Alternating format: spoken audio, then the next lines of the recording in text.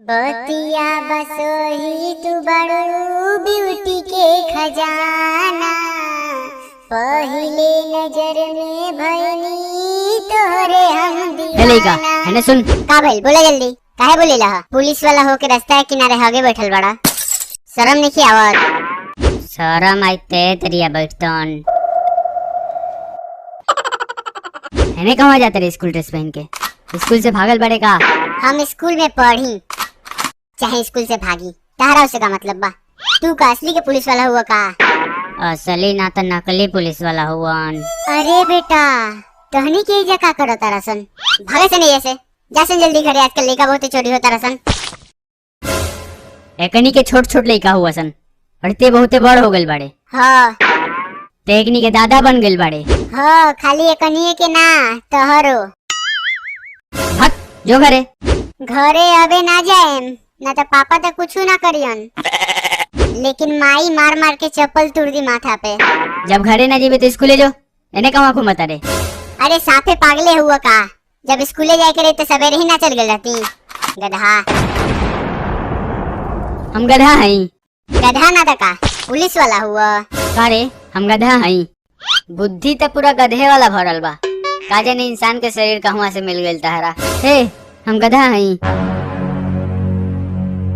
तनी चार गो गोड़ पे खड़ा होके देखावा था, तब समझ में आई कि तू गधा हुआ कि आदमी। अब बताओ जल्दी, हम गधा हैं कि आदमी? शरीर तो पूरा आदमी जैसन लागता, तनी गधा जैसन आवाज निकालता।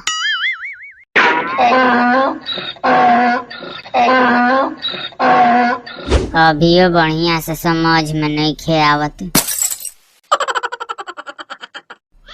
तनी गधा के जैसन पीछे लात मारता।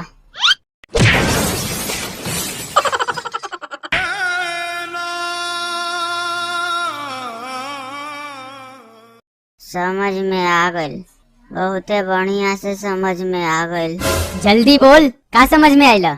गधा है कि आदमी? अरे गधा हुआ औरी का? अरे हाँ।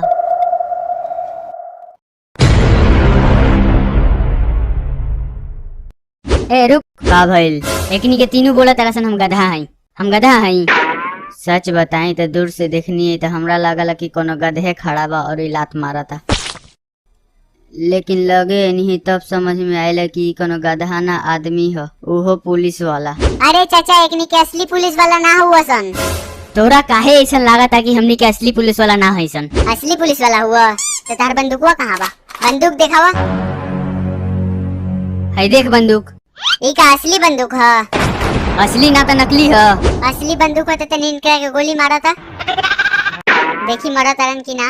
अरे चुप, हम मर जाम तो हमरा मेहरारू के दूगो बाल बच्चा के तोर बाप से मारी। का जाने, रुको कल पूछ के बताएम।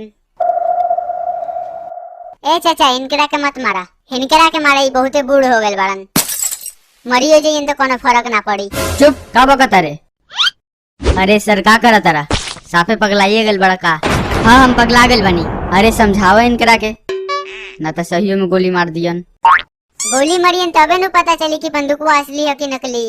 ना सर इनकरा बात पे ध्यान मत द, हम हाथ जोड़ तनी, गोली मत चलैया। अरे साला तोरा बंदूक चलावे नहीं खियावत, एकर मतलब ते नकली पुलिस वाला ही हुए। हम तो पहले ही समझ गए रहनी कि नकली पुलिस वाला हुआ सन। रे बंदूक दे, दे जल्दी ना तो मार के टांग तोड़ देम।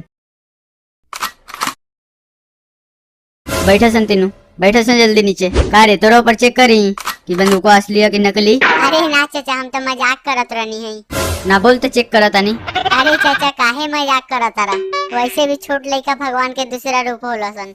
लेकिन ते छोट थोड़ी बाड़े, ते तो बहुते बड़ हो गइल बाड़े, हमनी के दादा बन गइल बाड़े। अरे चुप साला, ना तो मार के खोपड़िया खोल दी।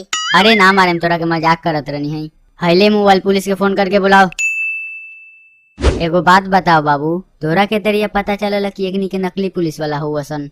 एकनी के चप्पल देख के। का पागल जैसन बात करत अरे? चप्पल पे थोड़ी लिखल बा कि एकनी के नकली पुलिस वाला हुआ सन। अरे चाचा मने तू साफे बुरबके हुआ का?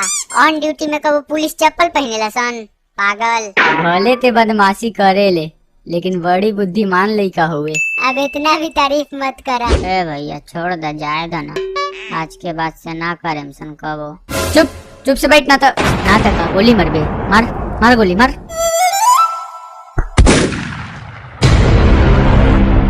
ई का गोली मार देलो, अब तो तू जेल जीबे एकनी के साथे। अरे हम कुछ ना कहनी है। रे देख जल्दी जिंदा बाकी मर गई।